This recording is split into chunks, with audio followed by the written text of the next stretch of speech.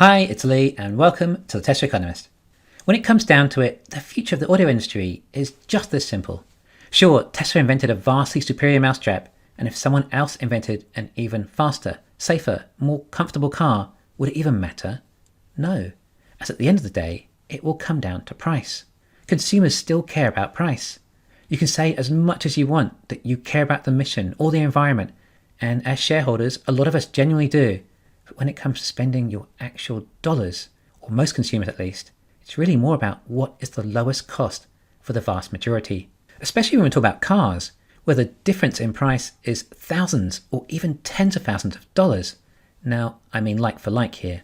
By which I mean a car that people are confident will be at least equally as reliable.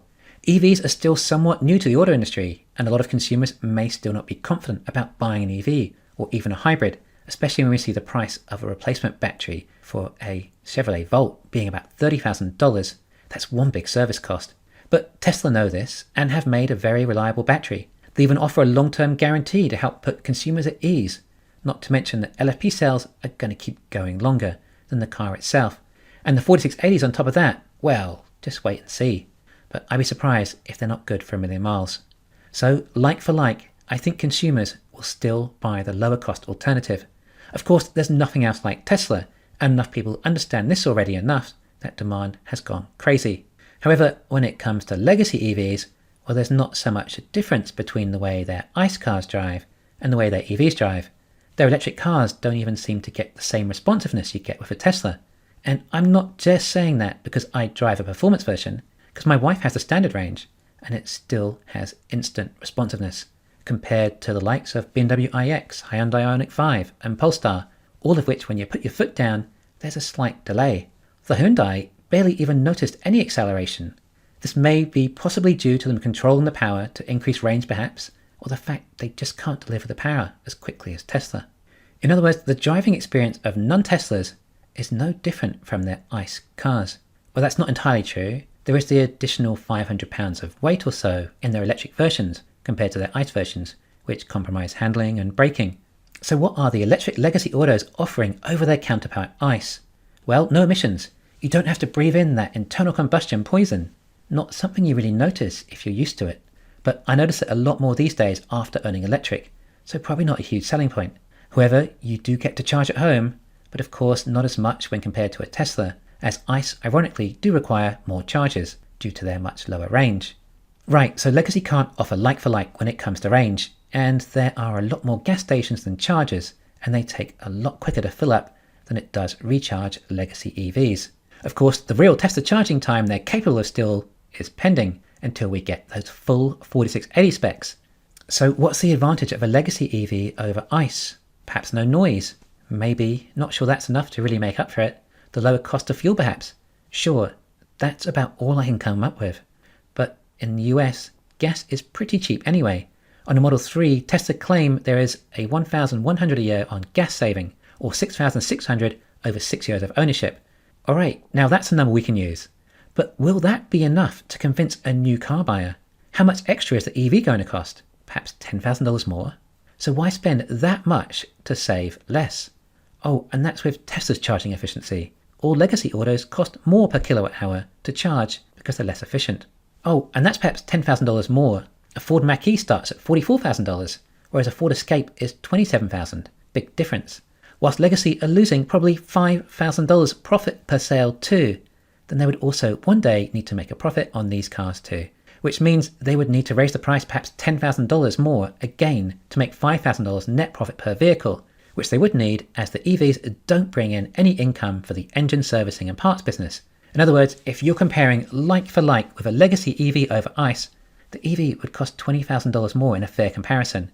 An average new car price in the US is about $45,000. That's for ICE predominantly. So add $20,000 more to that and you're up around $65,000. That is way too much for most people, unless there was a massive amount of extra value being offered, like in, I don't know, perhaps a Model Y. No worries, in comes the tax credit, which should save legacy about $12,000 per vehicle, including all subsidies, and then they can make a profit perhaps. They can raise the price of their EVs about $7,500, which means they still go back to being about $10,000 more than their ICE equivalents. and then only save about half that in fuel over the lifetime. Besides, I don't even think most consumers care as much about the savings over the lifetime of the vehicle as much as the initial sticker price. However, the battery savings that Legacy get won't even be in effect until they actually start making batteries, which won't be until sometime in 2025, if everything goes to plan, and those battery cells may reduce their costs a bit too, as they should be able to get cells at a lower price, assuming the cost of nickel doesn't go through the roof, as all Legacy cell factories will be complete around the same time, and suddenly demand for that element goes up, and Tesla may not have left much for the rest of the market. So what is Parity? Let's take BMW as an example. We have an electric version of an ICE BMW, as close as we can get. Admittedly, the electric version is a couple of $1,000s less, but it is 1 second slower to 60, and has almost 100 miles less range.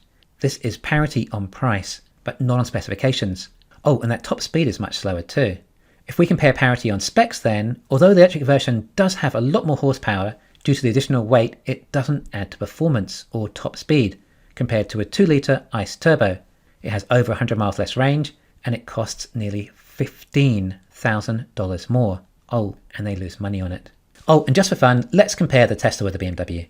The Tesla beats the BMW in horsepower, but again, due to the extra weight, it's 5.8 seconds. This is with LFP cells, although the 2170 version was 5.3 seconds.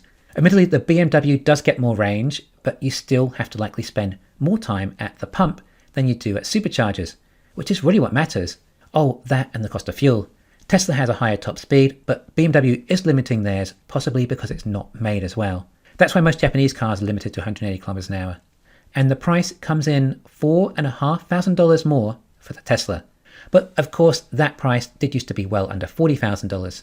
In other words, Tesla not only are already pretty much at parity to the competition, but they used to be under parity, excluding the massive amount of savings involved in owning electric. Oh, but Tesla also come very highly optioned as standard, things that cost extra on this BMW, like heated seats, driving assist, quality stereo, LED lights. Well, we add all those that come standard on even the standard range Model 3, well, the full price comes to $46,875 for the BMW, just a $25 saving compared to the Tesla. But hang on, this is BMW we're talking about, not exactly a mainstream brand either. Well, the Ford Mach-E starts at $44,000, and the Model Y rear-wheel drive is selling sub $42,000 in parts of Europe, although the Mach-E offers almost 15 miles more range. Oh, and loses money on every sale, and Tesla makes a massive profit on every sale. I guess the real question is, are consumers willing to spend an additional $10,000 for a car just because it's electric? Now, I said just because it's electric, not because it's a Tesla, which isn't just an electric car, but a robot smart car that can drive itself. Big difference. Legacy can't enter that market and must do what they can to convince their customers that they're just as good, with lots of lights and buttons, and the Tesla is already undercutting their ICE equivalents. And that's without the tax credit yet. Wow, there really is going to be a serious demand problem coming, even more than before. Way too much of it, of course. I guarantee the next factory is in North America.